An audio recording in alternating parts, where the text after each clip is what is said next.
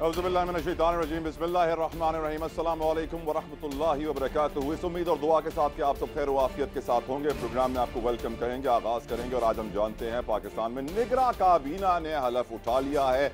काफ़ी सारे माहिरीन कह रहे हैं कि फर्स्ट फेज़ है, हो सकता है दूसरा फेज़ भी आए।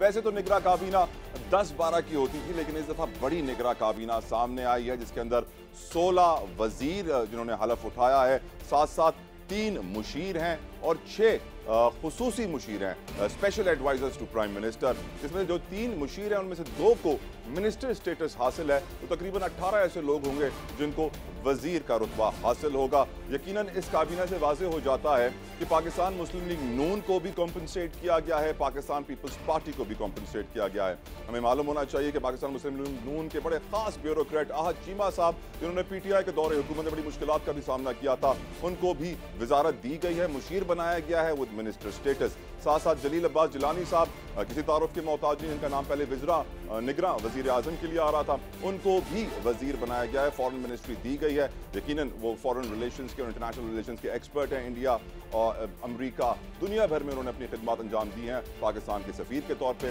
सेक्रेटरी फॉरेन सर्विस भी रहे हैं, यकीनन बड़ी इंपॉर्टेंस है। लेकिन एक बात वाज़ेह है कि टेक्नोक्रेटिक गवर्नमेंट आई है और ये गवर्नमेंट और इस काबीना को देखने के बाद लग ये रहा है, माहिरीन ये कहते हैं किस्सा लंबा चलेगा। साथ साथ इलेक्शन कमीशन ऑफ पाकिस्तान ने भी कह दिया है कि अगस्त ता दिसंबर हल्का बंदियां होंगी, जिसकी वजह से दिसंबर के बाद ही आम इंतखाबात होंगे। जो आईनी किरदार है इलेक्शन कमीशन ऑफ पाकिस्तान का, निगरां हुकूमत का, कि 90 रोज में इंतखाबात कराएं, वो नहीं होता हुआ नजर आ रहा। इलेक्शंस होंगे अगले साल फरवरी या मार्च में, यकीनन इसका भी बड़ा इम्पैक्ट आएगा। मुआशी तौर पर मैं आपको बताऊं कि मुल्क के मजमूई कर्जे और अदायगियां बढ़ गई हैं 29% से, जो कि 17,332 अरब रुपए से बढ़ी हैं, जो कि रिकॉर्ड इजाफा है।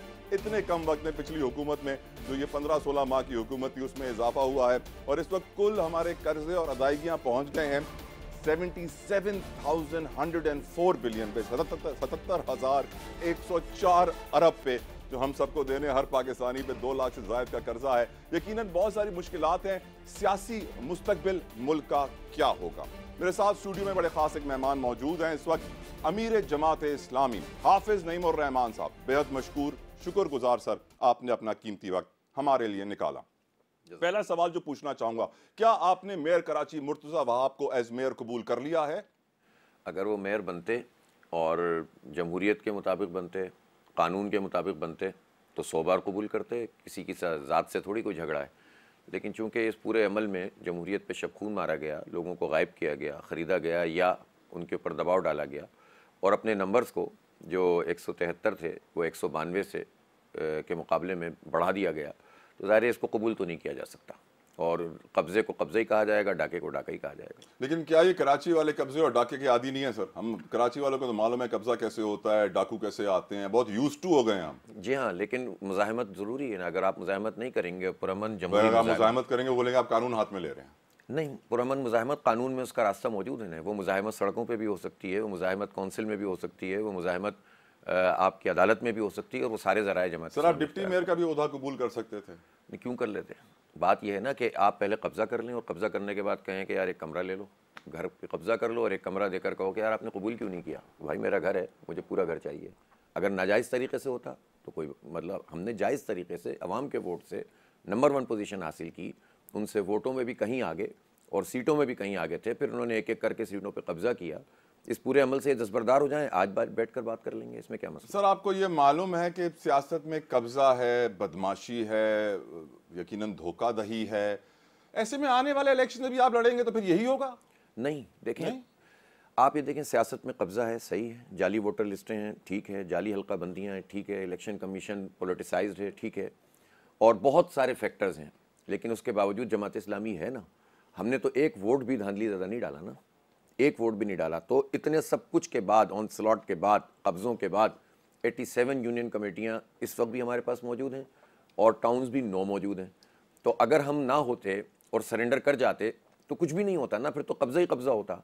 तो मुज़ाहमत में ज़िंदगी है, ये बात पाकिस्तान के अवाम को समझना चाहिए।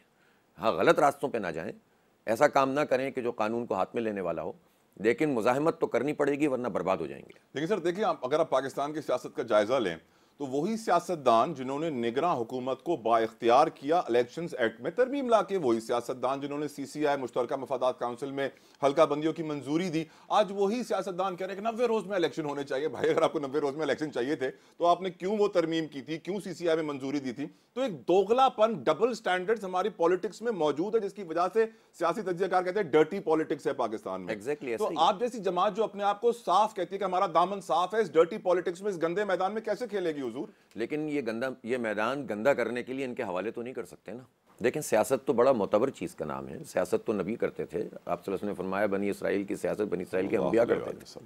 तो इतने पाक चीज़ को, जो लोगों के मामलात को दुरुस्त करना, लोगों के तमद्दुन को ठीक करना, लोगों को इंसाफ फराहम करना, हुकूमत, सियासत, मईशत, अदालत, सब चीज़ें इस पर होती हैं।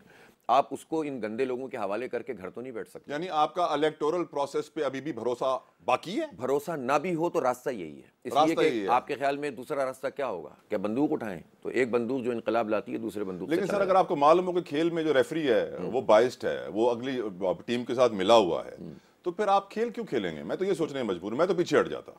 नहीं, आप पीछे हट जाते, लेकिन फिर आप करते क्या? आप मुल्क छोड़ के चले जाते, या फिर आप सुसाइडल अटैक करते, या फिर आप नशे के आदी बन जाते। अल्लाह ना करे इनमें से कोई चीज़ भी आप करते।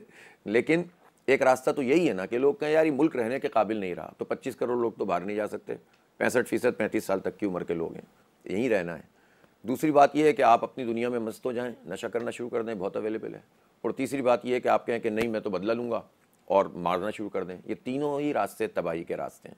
जो अवेलेबल चीज़ मौजूद है वो यही राजुल वक्त निज़ाम है। इसी में रहते हुए इसकी इस्लाहत भी करनी है।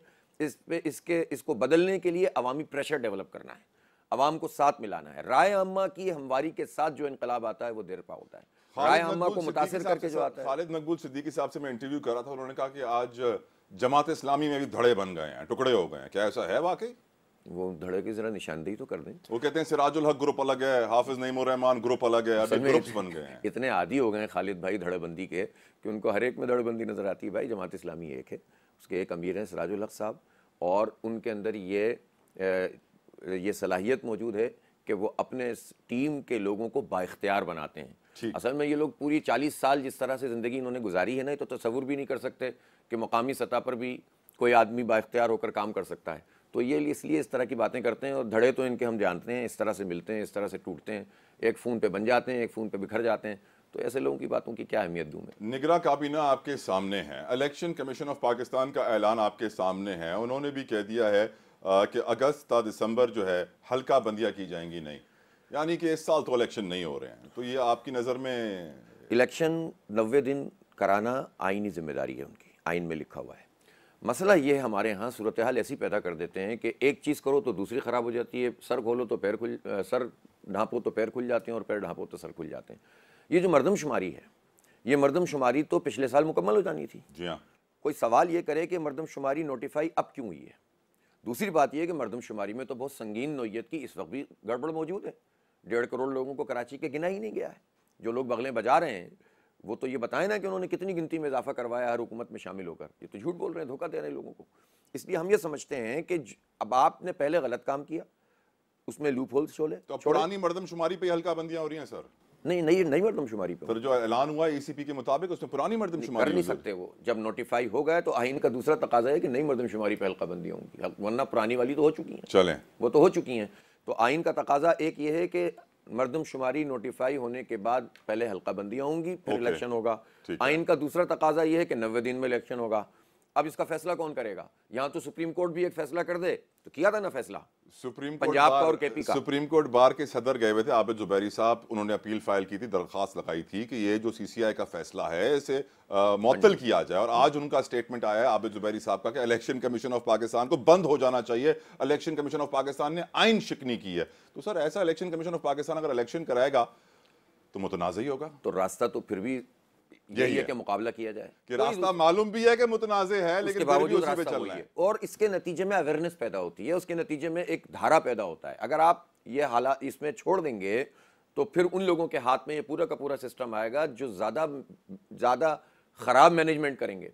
और अच्छे लोग कहेंगे साहब हमें तो कुछ करना ही नहीं। हाफिज साहब, जो सिस्टम नजर आ रहा है, सब पूरे सिस्टम को पता है कि इलेक्शन इस साल नहीं होने, अगले साल होने हैं। क्या वजह आप समझते हैं कि ये टाइम निकाला गया है कि इलेक्शंस डिले किए जाएं? क्या वजूहत है? सियासी हैं, मुआशी हैं?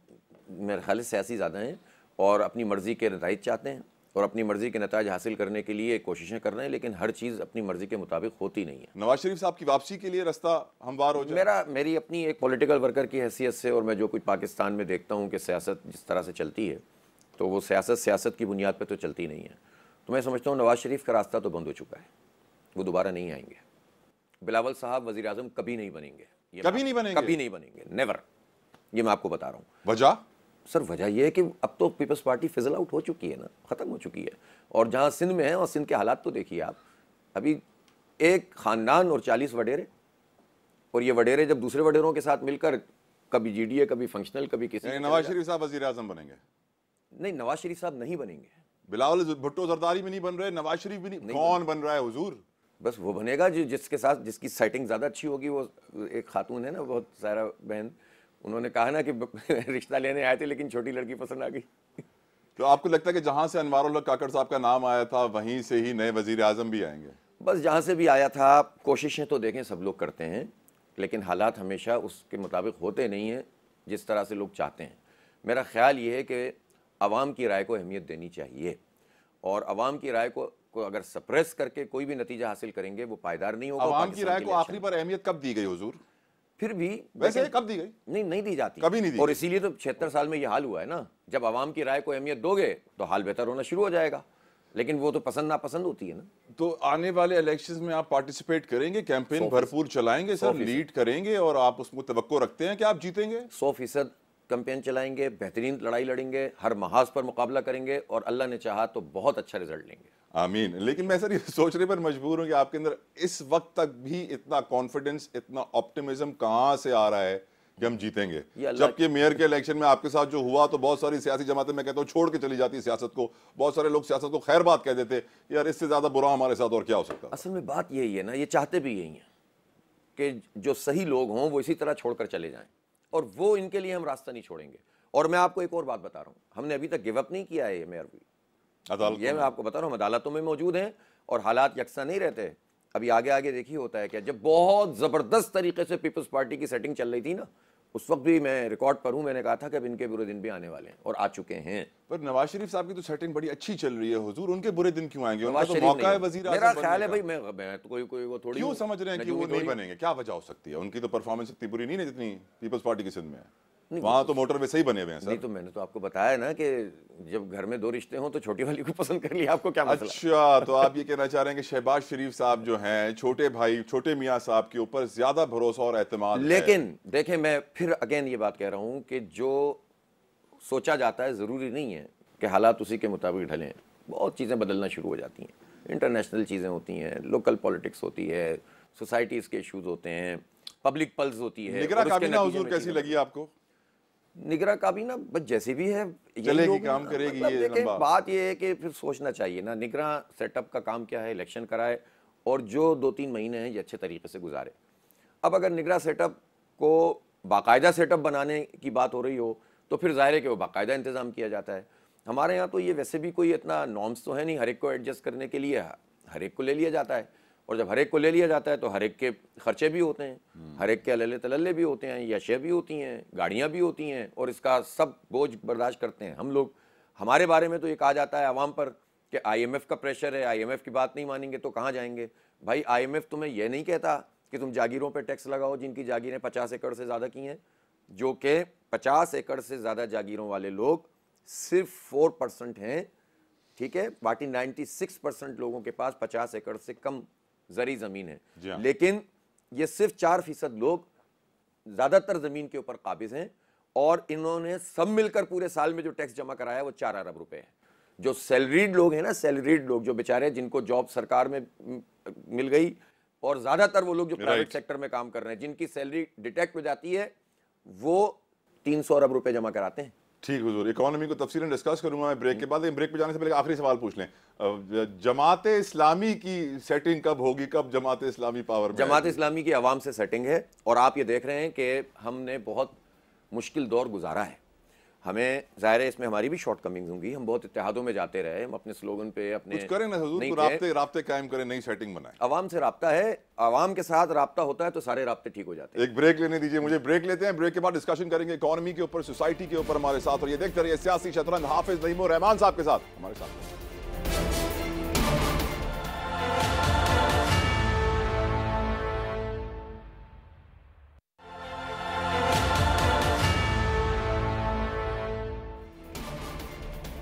वेलकम बैक टू सियासी शतरंज। हाफिज नईम उर रहमान साहब मेरे साथ मौजूद हैं। गुफ्तगू की हमने पहले हिस्से में सियासत के ऊपर, अब कुछ मईशत के ऊपर बात कर लेते हैं। कराची मुआशी शहरक भी है और हम जानते हैं कराची के अंदर जमात इस्लामी का बड़ा स्टेक भी है। तो मैं सवाल पूछना चाहूंगा हाफिज नईम उर रहमान साहब के साथ। हाफिज साहब, हमारे कर्जे और वाजिबुल अदा रकम, हमारे टोटल डेट और लाइबिलिटीज बढ़ते जा रहे हैं। सही। और जो पिछली हुकूमत में बढ़े हैं उसका जो अभी स्टेट बैंक ऑफ पाकिस्तान ने नए आदाद-ओ-शुमार जारी किए हैं, 29% इजाफा हुआ है। 17,332 अरब रुपए का इजाफा हुआ है, जिसके बाद टोटल अमाउंट चला गया है 77,104 अरब पे। हर पाकिस्तानी 2 लाख से ज्यादा का मकरूज है। आखिर ये कर्जा कौन उतारेगा, कैसे उतारेगा, इसका एंड रिजल्ट आपको क्या नजर आ रहा है? नहीं, बहुत बदतरीन सूरत हाल है। देखें, अगर गवर्नमेंट वाकई आवाम की दोस्त गवर्नमेंट हो और आवाम गवर्नमेंट के साथ खड़े हुए हों तो हर मुश्किल को फेस किया जा सकता है। लेकिन जब आवाम को ये बात पता है कि जो हमारा हुक्मरान तबका है, मैं एक पार्टी की बात नहीं कर रहा, एक तबका है जो हमारे सरों पे 76 साल से मुसल्लत है, ये जो हुक्मरान तबका है ये अपनी किसी चीज़ पे कंप्रोमाइज़ करने के लिए तैयार नहीं है। इनको रईस के लिए सर कोई कानून ही नहीं है ना, कानून तो सारा गरीब के लिए है। गरीब के लिए है। तो फिर जाहिर सी बात है कि फिर जिसके हाथ में जो लगता है वो करता है। फिर आप महंगाई को कंट्रोल नहीं कर सकते और कंट्रोलिंग अथॉरिटी भी अपना काम तो नहीं कर रही है। तो अगर पेट्रोल की कीमत में 20 रुपये इजाफा होता है तो उसी दिन सब्जी की कीमत में भी इजाफा होता है, दाल की कीमत में भी इजाफा होता है, हर चीज़ में इजाफा हो जाता है, तो एंड यूज़र मर जाता है। तो बात यह है कि अनारकी पैदा हो जाती है जब ऊपर के लोग उनके कंट्रोल में नहीं आता और वो खुद अपनी अय्याशियों से या अपनी लग्जरीज से दस्तबरदार होने के लिए तैयार ना हो। अगेन वही रास्ता है, 77,000 अरब रुपए हो गए इन लोगों ने किए हैं। अब तो कौम के सामने ही आकर जितने लोग भी हैं आज तक के, जिन्होंने जिस तरह से हुकूमत की है, डंडे की सूरत में की है, बगैर डंडे के की है, डायरेक्टली और इनडायरेक्टली की है, और इन पॉलिटिकल पार्टीज के नाम पर की है, ये सारे जागीरदार, ये सारे वडेरे, ये सारे ब्यूरोक्रेट और सारे वो लोग जिन्होंने ताकत के जरिए से हुकूमत की, उनको कौम से माफ़ी मांगनी चाहिए, दस्तबरदारी का ऐलान करना चाहिए, वरना कौम फिर इनसे दस्तबरदारी करवाएगी। आप नहीं चला सके। जस्टिस रिटायर्ड मकबूल बाकर, सिंध के निगरान वजीर आला, बड़ी अच्छी रेपुटेशन के मालिक हैं, बड़ी तवक्को लोगों को वाबस्ता हो गई है कि आप कुछ इंसाफ होगा, कुछ बेहतरी आएगी, कुछ आपको है ऐसी? नहीं, बहुत अच्छे आदमी हैं और हम इनकी रेस्पेक्ट भी करते हैं। इन्होंने फैसले भी बड़े जुर्रतमंदाना दिए हैं माजी में, हमले भी हुए इनके ऊपर, और उनकी ऑनेस्टी भी बहुत मारूफ है, और रूल मतलब ये जैसे कहते हैं कि हुकूमत को अच्छे तरीके से करना और कानून की पासदारी, ये सब इनके पॉजिटिव पॉइंट्स हैं। अल्लाह करे कि ये सारी चीज़ें इम्प्लीमेंट भी हों, इसलिए कि अकेला आदमी तो हमारे इस पूरे सिस्टम में कुछ भी नहीं कर पाता है। तो मेरा ख्याल ये है कि जस्टिस साहब को ये दिन गुजारने नहीं चाहिए, बल्कि उनको वाकई आइन और कानून की बालादस्ती के लिए काम करना चाहिए। और मैं तो तवक्को ये रखता हूँ कि वो जैसे ही आएंगे तो पहला तो काम वो करें, लोगों को कुछ तो रिलीफ दें कि ये जो बल्दियाती निज़ाम है इसको एम्पावर करें। सुप्रीम कोर्ट का फैसला मौजूद है, खुद जस्टिस हैं, कि जिसमें निचली सतह तक डेवोल्यूशन ऑफ पावर है, उससे कुछ तो रिलीफ मिलेगा लोगों को। अब बात यह है कि गटर के ढक्कन बांटने के लिए मेयर साहब की तरफ से आज ऐलान आया है कि सुबह वो तशरीफ लाएंगे एक जगह पे, तो सारे चेयरमैन आ जाएं, उनको गटर के ढक्कन बटेंगे। इसका मतलब है कि वो ढक्कन मौजूद थे और लोग गटरों के अंदर गिर रहे थे। सर, कचरे के डब्बे भी मौजूद हैं, लेकिन कचरा जो है सड़कों पर फेंका जा रहा है। डेवोल्यूशन ऑफ पावर नहीं है ना। अगर एंड यूजर तक, यानी जो लास्ट यूसी का चेयरमैन है और टाउन का चेयरमैन है, उसको पावर्स दी जाएं, ट्रांजिशन पीरियड खत्म किया जाए और ये सारे महकमे उनके मातहत किए जाएं, तो फिर आप देखें कि ये कैसे ठीक नहीं होता, यकीनन, चाहे किसी का भी हो। सर, मईशत का एक सवाल, आपने पेट्रोल का भी जिक्र किया, पेट्रोल पंप भी रिसेंटली गिराया गया है और 300 रुपए का लीटर पेट्रोल हो गया, 300 रुपए का डॉलर हो गया। अल्लाह हम पे रहम फरमाए। हम ईरान से ऑफिशियली बिजली खरीदते हैं और उसकी पेमेंट हम थर्ड पार्टी को करते हैं। हम ईरान से ऑफिशियली पेट्रोल क्यों नहीं खरीद सकते, जबकि उसका पेट्रोल कराची से 2 घंटे दूर आपको 70-80 रुपए लीटर मिल जाता है? और आपको मालूम है कि अगर आज हम ईरान से पेट्रोल ले लें ऑफिशियली, और जो कि अनऑफिशियली तो चल ही रहा है, और उसकी सप्लाई कर दें और उसी रेट पर बेचें जिस रेट पर हमें मिल रहा है, तो महंगाई की शरह में 50 से 60% टक करके कमी आएगी। लेकिन हम सैडली करना ही नहीं चाहते, हम चाहते नहीं लोगों को रिलीफ दें और महंगाई कम करें। इसकी आप क्या वजह समझते हैं? डरते हैं, हमारा हुक्मरान तबका डरता है, और सीधी बात है वेस्ट से और अमेरिका से डरता है। आप डरते हैं? हम क्यों डरेंगे भाई? और अल्लाह ने चाहा, शायद अल्लाह इसीलिए ताला आप ने पावर हमें में नहीं मौका आ दिया। रहे हैं। नहीं, अल्लाह ने चाहा आएंगे भी और बोल्ड डिसीजन भी करेंगे। देखें, किसी ना किसी को तो स्टेक पे आना पड़ेगा, किसी ना किसी को तो कौम के लिए कुछ करना जरूर कहते हैं पड़ेगा। पावर में लाने से पहले मुझे चेक आप करते हैं कि डर है कि नहीं है। मुझे आप ये बताइए ना कि गैस पाइपलाइन की आपने ईरान से बात की, ईरान ने अपने हिस्से का काम मुकम्मल कर लिया, हमने नहीं किया। और उसके बाद से कितने बरस गुजर गए, तो आपके अंदर जुर्रत ही नहीं है ना। और जुर्रत से ज़्यादा एक और मसला है सर, ये बहुत अहम मसला है कि हमारे हुक्मरान तबके के स्टेक्स खुद वेस्टर्न कंट्रीज़ में अपने बच्चों की सूरत में मौजूद हैं, अपने कारोबार की सूरत में मौजूद हैं, अपने बैंक बैलेंस की सूरत में मौजूद हैं। वो कैसे इनके आगे आंखें दिखा सकते हैं? इसलिए ये तो एक बहुत बड़ी ड्राइव की और बड़ी ज़बरदस्त अवामी बेदारी की ज़रूरत है कि ये स्टेक ख़त्म करवाने हमें। भाई आप कौम के लिए फैसला कर लें, ये मत सोचें कि अगर हमने ये किया तो वहाँ पर हमारे साथ ये हो जाएगा। इसलिए कि आपने तो इस मुल्क में, आप मुझे बताएं, ये पूरा हमारा हुक्मरान तबका, उसका क्या स्टेक है? एक साहब वजीर बनते हैं, जब उनकी वजारत की मुद्दत ख़त्म होती है अगले दिन अमेरिका चले जाते हैं, फिर उनको बुलाया जाता है कि आ जाएं। उनके नाम भी चल रहे थे पिछले दिनों। कितने लोग हैं ऐसे जो यहाँ रहना भी पसंद नहीं करते? तो मेरा तो ख्याल है कि इस पर कानून साजी इस पर होनी चाहिए कि जो हमारे हुक्मरान तबके के लोग हैं, चाहे किसी भी सेगमेंट ऑफ लाइफ के लोग हैं, उन पर, उनके बच्चों पर और उनकी इन्वेस्टमेंट पर तो पाबंदियां होनी चाहिए। ठीक है, ड्यूरेशन में जो उनकी सर्विस, और सर्विस के बाद कम से कम 10-20 साल तक तो उनको बाहर जाने का। Sir, coming back to the economy, जुलाई के कुछ नंबर्स आए हैं। रेमिटेंसेस हमारी $2 अरब हुई हैं, 15% कमी आई है। हमारी एक्सपोर्ट $2 अरब हुई है, 50% कमी आई है मंथ ऑन मंथ। मैं ये सोचने पर मजबूर हूँ कि अगर हमारी मईशत ऐसे चल रही है और मुआशी मसाइल का हल कराची में काफ़ी हद तक मौजूद है, कुछ ओवरसीज पाकिस्तानी से भी गुफ्तगू हुई। मैंने उनसे पूछा कि आप क्यों बैंकिंग चैनल से पैसे घर नहीं भेजते, तो वो कहते हैं कि हमें हवाला हुंडी पे रेट अच्छा मिलता है, 10 रुपए ऊपर मिलते हैं, रियाल, डॉलर, जो भी करेंसी होती है, तो हम क्यों बैंक से भेजें, हम क्यों ना इलीगल चैनल से भेजें जिससे हमारे घर पे ज़्यादा रकम मिलेगी। और पाकिस्तान में जितने भी इन्वेस्टर हैं वो इस वक्त पाकिस्तान में इन्वेस्टमेंट नहीं करना चाहते, वो सारा अपना पैसा समेट के बाहर लेके जा रहे हैं। ऐसी सूरत हाल में तो मईशत कभी पैरों पे खड़ी नहीं होगी हुजूर। और आप जब ये सूरत हाल हो और आप ये कहें कि आप इस निज़ाम का हिस्सा क्यों बन रहे हैं, आप भी छोड़ दें, तो फिर उसके बाद बताएं कि लोग क्या करेंगे। सर, जिस ये है ना वो सवाल, जिस निजाम में चोरी और कामचोरी उरूज पर हो, वहां पे ऐसा सच्चा सवाल कैसे चलेगा? सवाल आता है, लेकिन हमें मुकाबला करना है। देखें, मुझे बहुत तकलीफ है इस बात की कि आज जिस नौजवान से पूछें, लड़का हो या लड़की हो, जो पढ़ रहा है, उससे पूछें, वो पाकिस्तान में रहना नहीं चाहता। इससे बढ़कर तकलीफ दे बात हो नहीं सकती। कोई नहीं हो सकती। ठीक है, कोई नहीं हो सकती। अच्छा, आप जिस बिजनेसमैन से बात करें, वो अब ये सोच रहा है कि पाकिस्तान से इन्वेस्टमेंट निकालकर बाहर लगाना शुरू करें। तो जब लोग वो सनतकार जिनकी नस्लें चल रही थी सनतें लगाते हुए, सर वो मौके नहीं दे रहे। आपने इंफ्रास्ट्रक्चर क्या दिया हुआ है? आप ट्रांसपोर्ट नहीं दे रहे, उनकी लेबर ट्रांसपोर्ट उनको नहीं मिलती, वो घर पे होते हैं, उनको बिजली नहीं मिलती उनकी लेबर को। आप पैसे बढ़ाते चले जा रहे हैं, तो उनके भी तो मसले हैं ना। तो भाई कोई तो आएगा जो इसको एड्रेस करेगा। जमात इस्लामी अगर आई भी तो क्या तीर मार लेगी हुजूर? मार लेगी, बहुत कुछ मार लेगी। देखें, सबसे पहली बात यह है कि ट्रस्ट बिल्ड होगा। ट्रस्ट बिल्ड होगा सनतकारों का, ताजिरों का और आवाम का। आप चोरी कामचोरी कैसे खत्म करेंगे? हो सकता है कि फौरन नहीं करें, नहीं हो सकेगी। वो पीटीआई ने भी कहा था सर 90 दिन 100 दिन। सर, पहला काम तो ये है ना कि हम नहीं करेंगे इंशाल्लाह, ये सबको पता है, तो यहीं से आगाज हो जाएगा। जब ये पता होता है ना कि सीट पे बैठा हुआ आदमी खुद चोर नहीं है। ये चोरी इतने बड़े नंबर की हो रही है कि जब इसके खिलाफ आप जाएंगे तो आपके खिलाफ सब हो जाएंगे। तो मुजाहिमत इसी का नाम है। इसीलिए कहते हैं कि अकेले नहीं लड़ना होता, ऑर्गेनाइजेशन ठीक होनी चाहिए, टीम ठीक होनी चाहिए और अवाम का एतमाद होना चाहिए। अवाम का एतमाद हो और आपके पास जो आपके ऑनेस्ट और कैपेबल दोनों किस्म के लोग मौजूद हों और ऑर्गेनाइजेशन आपकी ठीक हो। अकेला चना कोई नहीं भाड़ झोंक सकता। आपकी सर मुआशी टीम है? अल्हम्दुलिल्लाह हमारे पास तो देखें, हमारे पास तो बहुत ज़बरदस्त किस्म के लोग मौजूद हैं। जमात इस्लामी की तो पूरी एक ट्रेनिंग है हमारी, और हर वॉक ऑफ लाइफ के लोग हमारे साथ चलते हैं। और पीटीआई जैसी तो मुआशी टीम नहीं है ना सर? सर देखें, हम इस तरह की बातें करते भी नहीं, करते ही नहीं। सीधी बात ये। मैं इस बात को जानता हूँ कि कराची में हमने कैंपेन बनाई, कराची के हुकूक के लिए आवाज़ उठाई। मेरे साथ सिर्फ जमात इस्लामी के लोग नहीं खड़े हुए, पूरे शहर की जो एलीट थी, इंटेलेक्चुअल एलीट, वो हमारे साथ खड़ी हुई थी। सब ने साथ दिया और सब तैयार थे इस बात के लिए कि हाफिज साहब एक मरतबा आप लोग आएँ तो सही, हम आपके लिए बहुत कुछ करें। इस वक्त भी लोग मुझसे आकर कहते हैं कि यार हम बहुत कुछ कर सकते हैं, लेकिन हम क्या करें, हम डाकुओं और चोरों के साथ तो नहीं खड़े हो सकते। बहरहाल हम मैदान में मौजूद हैं और अल्लाह ने चाहा आप देखिएगा। देखें, सफ़र शुरू हो गया है हमारे बारे में। आज से 1.5 साल पहले लोग कहते थे ना, 2 साल पहले, कि यार आप हैं तो बहुत अच्छे हैं, जीत नहीं सकते। हमने जीत के भी दिखा दिया। अब एक सवाल पैदा हुआ है, जीत तो गए, वो पूरी तरह से जो है वो मटेरियलाइज नहीं हो सकी, वो भी करके दिखाएंगे इंशाल्लाह।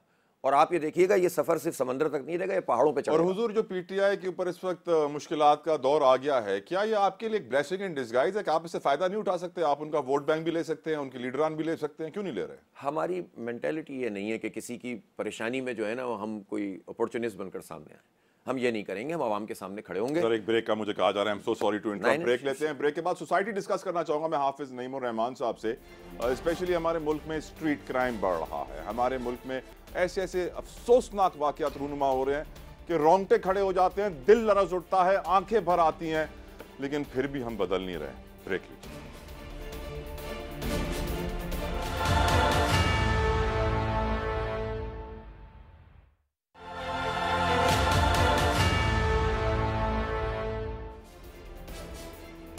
वेलकम बैक टू सियासी शतरंज। अमीर जमात इस्लामी हाफिज नईमुर रहमान साहब मेरे साथ मौजूद हैं। उन्होंने बड़ा एक ऐलान किया है, बताया हमें, इंकशाफ किया है कि ना बिलावल भुट्टो जरदारी वजीर आजम बनेंगे, ना मियाँ नवाज शरीफ साहब जरदारी बनेंगे।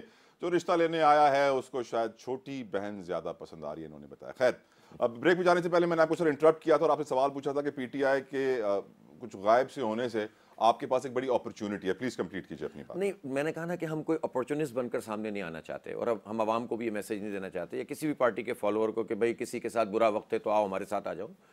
हम अपना काम कर रहे हैं और आवाम के सामने है, हमारी परफॉर्मेंस भी सामने है, हमारा करेक्टर भी सामने है, हमारी स्ट्रगल भी सामने है।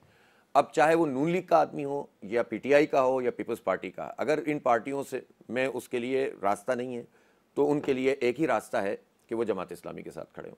स्पेशली कराची में तो आपने खुद देखा, ये 9 मई तो बाद में हुआ है ना, जब इलेक्शन बल्दियाती हुआ है तो उसमें तो पीटीआई के भी सपोर्टर की एक बड़ी तादाद ने हमें, यानी देखें ना, वही पीटीआई थी जो पंजाब में लैंडस्लाइड विक्ट्री ले रही थी, और वही पीटीआई उसी ज़माने में जब यहाँ 15 जनवरी को इलेक्शन हुआ तो मेन स्ट्रीम शहर था उसमें जमात इस्लामी नंबर 1 पार्टी बनी।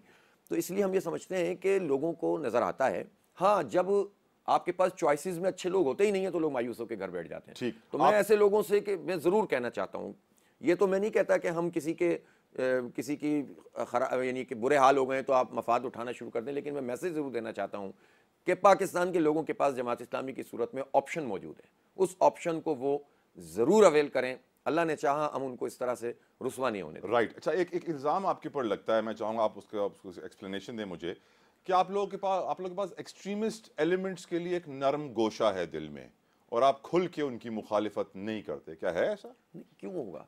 देखें, बात होगी इशू पर। जनावाला की मुखालफत की आपने? 100% आज प्रेस कॉन्फ्रेंस आपने मजम्मत की, बिल्कुल ज़बरदस्त मजम्मत की, और कल मैं इंशाल्लाह वहाँ जाऊँगा कार्डिनल साहब के पास, यहाँ जो मौजूद हैं, और उनसे ज़ाहिर यकजहती भी करेंगे। देखें, इस पर एक मौक़िफ़ है हमारा, और मौक़िफ़ ये है कि देखें, ये तो हो ही नहीं सकता, कोई मुसलमान तसव्वुर नहीं कर सकता कि किसी गैर मुस्लिम की इबादतगाह पे हमला करे। ठीक, सवाल ही पैदा नहीं होता। लेकिन इसका एक दूसरा पहलू है कि अगर कोई वाक़या कुरान की हुर्मत के हवाले से या कि, तो उस पर कानून हरकत में क्यों नहीं आता? क्यों ऐसे इंतहा पसंद लोगों को मौका फराहम किया जाए?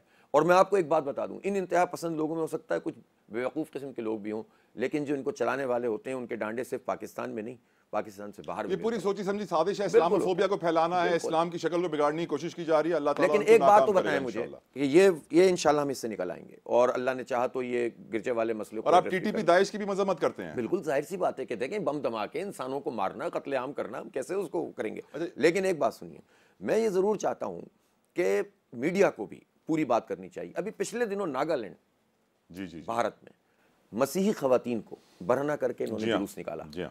हमारे मीडिया पे तो बात ही नहीं हुई। हमारा मीडिया अपने आप को तो बहुत डिस्कस करता है, अपनी शॉर्ट कमिंग्स को तो बहुत डिस्कस करता है, भारत की शॉर्ट कमिंग्स को डिस्कस नहीं करता। सर, मैं आपको यकीन दिलाता हूं कि मैंने अपने प्रोग्राम में पूरा हफ्ता इसके ऊपर आवाज उठाई थी और हमने शोर मचाया था। मणिपुर के वाक़े के ऊपर भी, मोदी की जितनी बर्बरियत और जुल्म इंडिया में चल रही है, हम उसकी बात करते हैं। वहां पर भी अलहदगी पसंद तहरीकें तबाह हो रही हैं। वेस्ट जो है, वेस्ट भी पाकिस्तान की तलाश में रहेगा, ईरान की तलाश में रहेगा, लेकिन उसको इंडिया की इतना बड़ा वहाँ मसीहों के साथ, दलितों के साथ, मुसलमानों के साथ जो कुछ सलूक हुआ है, जिसको मतलब गुजरात में कत्लेआम करने वाले को ऊपर कहाँ लाके बिठा देते हैं, उस पर बात नहीं करेगा। तो इन डबल स्टैंडर्ड पर भी तो बात करनी चाहिए, यकीनन करनी चाहिए, यकीनन करनी चाहिए। सर, हम सोसाइटी की बात करें तो आए रोज कोई घरेलू मुलाजमा तशद्दुद का शिकार होती है, आए रोज कोई बच्चा गटर के ढक्कन ना होने की वजह से गिर के मर जाता है, आए रोज कोई नौजवान मोबाइल छीनने के बाद गोली का निशाना बन जाता है। आज़ादी के दिन भी 2 लोग मरे थे, 85 लोग जख्मी हुए थे अंधी गोलियों की वजह से। हम भोपू बजाते रहे और जश्न मनाते रहे, लेकिन हकीकतन हम अपनी हालत जार का इजहार कर रहे थे। क्या कहेंगे हुजूर? देखें, जब कौम की लीडरशिप उसमें लीडरशिप हुकूमत भी होती है और उसमें इंटेलेक्चुअल लीडरशिप भी होती है, मजहबी लीडरशिप भी होती है। जब लीडरशिप जो है वो कौम की रहनुमाई सही समत में ना कर रही हो या नहीं कर पा रही हो, तो फिर कौम इसी तरह से हैपजेड वे में घूमती है, फिर वो भोंपू बजाने कोई आज़ादी समझते हैं। तो जाहिर सी बात है कि इसके मज़ाहिर नज़र आ रहे हैं। बात यह है कि आप अगेन वही बात है कि आप छोड़ नहीं सकते। हम अपनी बात करते हैं। हमने कराची में यहाँ 100 से ज़्यादा गैदरिंग्स की और उसमें हमने कोशिश की कि पाकिस्तान के नज़रिए को, पाकिस्तान की सोसाइटी को अच्छे तरीके से रिप्रेजेंट करें, समझाएं, नौजवानों को बताएं। हमें कामयाबी मिली, हमें लोगों ने सुना। जाहिर सी बात है कि उसमें फिर लोगों को इंटरटेन करने के लिए हम वो तो नहीं कर सकते फक्कड़पन, लेकिन हमने तरीके के साथ नौजवानों को इंगेज भी किया। हमें अपनी बात करते रहनी चाहिए, लेकिन जब आप देखें ना कि कोई समती ना हो, हमारे मीडिया पे ठीक तरीके से ना बता रहे हो, गवर्नमेंट सही तरीके से ना ब्रीफ कर रही हो, 75-70 साल 76 साल पहले जो हमने आज़ादी हासिल की हो जिस बुनियाद पर, उस बुनियाद को डिस्कस करते हुए हमें शर्म आने लगे और हम भी जो है वो वही लाइन लेने लगे जो एक सेकुलर लादीनी किस्म की और वो लाइन हो, तो उसके नतीजे में फिर कौम की क्या आप तरबियत करेंगे। तो इसलिए आप सही तरीके पे लोगों को लेकर चलें। वो चीनी कहावत है, मछली सर से सड़ती है, तो ऊपर से जब खराबी होती है तो नीचे तक जाती है। ठीक, अब ये बताइए कि 32,000 कम से कम उजरत है हमारे मुल्क में आज। पॉसिबल है कोई शख्स 32,000 में अपना घर चला ले इस महंगाई में? हुजूर, हमने तो मजबूर कर दिया है गरीब को कि वो मर जाए। अगर मरे, या तो वो मर जाए या तो वो जुर्म करे। तो हम तो खुद अपनी सोसाइटी को तबाही के दिहाने पर लाने के बाद चाहते हैं कि वो खुदकुशी कर ले। बस अब के बाद जो ना, आप जब हम कहते हैं ना तो हम ना कहें। जिन्होंने ये काम किया है उनको हमें आइडेंटिफाई करना चाहिए, जिनके हाथ में मुल्क रहा है 76 साल। अब हमें ना इस पर बात करनी चाहिए कि ये वो लोग हैं जिन्होंने हमें ये कर दिया है और इसमें गरीब कहाँ जाए। क्योंकि ना जनरलाइज जब हम बात करते हैं ना तो हम सिराई नहीं पकड़ पाते कि सबब क्या है। सबब पता करना चाहिए, कौन लोग हैं इसके जिम्मेदार। क्या जाहिल लोग हैं, उजड़ लोग हैं, बहुत पढ़े लिखे लोग जिनके बच्चों को पाकिस्तान में तालीम पसंद भी नहीं आती है तो उनको बाहर पढ़ाते हैं हमारे पैसों के, हमारे टैक्सों के पैसों से जो करप्शन करते हैं ना, उस करप्शन से इनके बच्चे बाहर से पढ़कर आते हैं और दोबारा आकर हुकूमत करते हैं और जब हुकूमत खत्म होती है बाहर चले जाते हैं। ऐसे हालात में पाकिस्तान का मुस्तकबिल क्या? मुस्तकबिल अच्छा है। अच्छा है, अच्छा है। ये तो सर आपने मुझे 100 वोल्ट का सर मैं आपको एक बात बताऊं, कैसे? मैं आपको टेक्निकली भी एक बात बताऊं। पाकिस्तान दुनिया के उन मुल्कों में से शामिल है जिसमें इकोनॉमी की इस्तिलाह में वी शेप ग्रोथ कहते हैं कि जब बहुत बुरे हालात होना तो अब बहुत तेज़ी से नीचे जा रहे होते हैं लोग, लेकिन यहाँ जो पोटेंशियल मौजूद है वो पोटेंशियल हमें दोबारा से उठाकर खड़ा कर सकता है। पहले भी हमारे लिए मुश्किल वक्त आए, ज़रा सी अच्छी चीज़ें होना शुरू होती हैं, हम बेहतर हो जाते हैं, लेकिन अब ज़रा सी अच्छी चीज़ों से मसला हल नहीं होगा। अब मसला है आवाम का फैसला, आवाम की राय। उसको कुचलने की इन कोशिशों के खिलाफ मुज़ाहमत की जाए और सही लीडरशिप में जिसकी ऑर्गेनाइजेशन सही हो, जिसके लोग ठीक हों और कैपेबल हों। सिर्फ सलाहियत से भी काम नहीं चलता और सिर्फ सालिहियत से भी काम नहीं चलता, दोनों के इम्तिजाज से और ऑर्गेनाइजेशन और विजन और लीडरशिप ऑनेस्ट, ये 4-5 चीज़ें हैं। अज्जाए तरकीबी ये अवेलेबल हैं, ऐसा नहीं है कि नहीं है।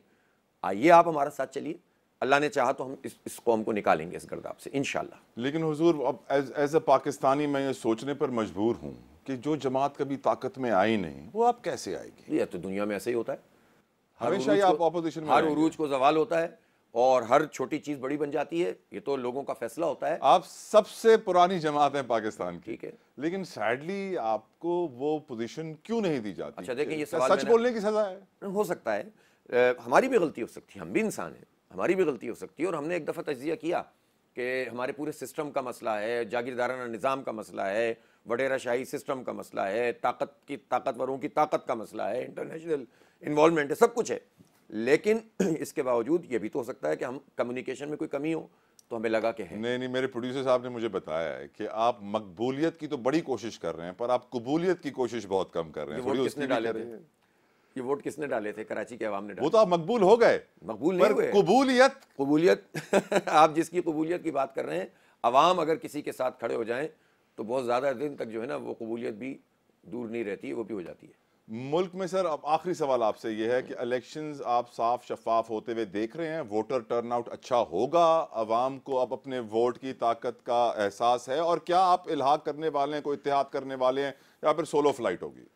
देखें, एक बात तो यह है कि आप मुझसे पूछें कि इन हालात में अगर इलेक्शन होते हैं तो वोटिंग पैटर्न क्या होगा, मुझे लगता है कि इन हालात में अगर होते हैं जिस तरह के इन्होंने अभी किया हुआ है उसमें तो मायूसी बहुत ज़्यादा है। हो सकता है कि बहुत सारे लोग यही बात चला दें कि यार वोट डालने का फ़ायदा क्या, और चलाने वाले भी यही होंगे क्योंकि वोट कम पड़ता है तो मैनेजमेंट आसान होती है। जी, बल्क में मैनेवरिंग जो है ना और जब वोट बल्क में आता है तो आप 5,000 को 50 नहीं कर सकते, ठीक है ना। तो इसलिए मैं तो लोगों से ये कहूंगा कि भाई ये तो उनका ट्रैक है कि आपको मायूस करें, आपका ट्रैक ये है कि आप निकल कर आएँ और आप सही चॉइस लें, ठीक है ना, तो इंशाल्लाह बेहतर हो जाएगा। दूसरी बात आपने कहा कि आप किस तरह जाएंगे, हम हर जगह पर इलेक्शन लड़ेंगे इंशाल्लाह। लोकल एडजस्टमेंट किसी अच्छे आदमी के साथ, किसी अच्छी पार्टी के साथ या मकामी किसी फ़र्द के साथ, उसकी गुंजाइश जमात इस्लामी ने मौजूद रखी है, लेकिन हम अकेले इलेक्शन लड़ेंगे। तराजू हमारा निशान है, जमात इस्लामी हम हैं, पूरे पाकिस्तान में लड़ेंगे। स्पेशली मैं कराची के लोगों से कहना चाहता हूँ कि अपने वोट को तकसीम ना करें। और सुना सर आप कल मुल्कगीर एहतजाज कर रहे हैं महंगाई के खिलाफ, उससे क्या होगा हुजूर? नहीं, आवाज़ तो आएगी ना। क्या चीखना भी बंद कर दें, क्या चिल्लाना भी बंद कर दें? अपना ही गला खराब होगा? नहीं होगा, ये आवाज़ दूर तक जाती है, कानों में भी पहुंचती है और लोगों को उभारती भी है। सर, और आवाज़ भी बंद हो जाए ना, स्टेट बैंक महंगाई को कंट्रोल करने के लिए ना डिस्काउंट रेट बढ़ा देती है, लेकिन उससे महंगाई कम नहीं होती। मैं परेशान होता हूँ, इन्हीं लोगों से छीनना है सर, इन्हीं लोगों के हाथों से निकालना है इस मुल्क को इंशाल्लाह। आमीन। हाफिज नईमुर रहमान साहब, बहुत बहुत शुक्रिया सर, आपने अपना कीमती वक्त सियासी शतरंज के लिए निकाला। प्रोग्राम का वक्त यहाँ तमाम होता है, इस उम्मीद और दुआ के साथ कि अवाम अपने वोट की ताकत का इस्तेमाल करे, जरूर करे, भरपूर तरीके से करे, वोटर टर्नआउट अच्छा हो, इलेक्शन साफ शफाफ हो। लेकिन अभी तो इलेक्शंस बहुत दूर हैं, फरवरी मार्च से पहले तो इलेक्शंस होने वाले नहीं हैं। लेकिन उम्मीद की जा सकती है कि निगरां हुकूमत, इलेक्शन कमीशन ऑफ पाकिस्तान अपना आईनी किरदार मुकम्मल सदाकत के साथ अदा करेंगे, क्योंकि हालात ऐसे हैं कि अब पाकिस्तान मजीद नुकसान अफोर्ड नहीं कर सकता। तला जाते को इजाज़त दीजिए, अंटिल नेक्स्ट टाइम, अल्लाह हाफ़िज़।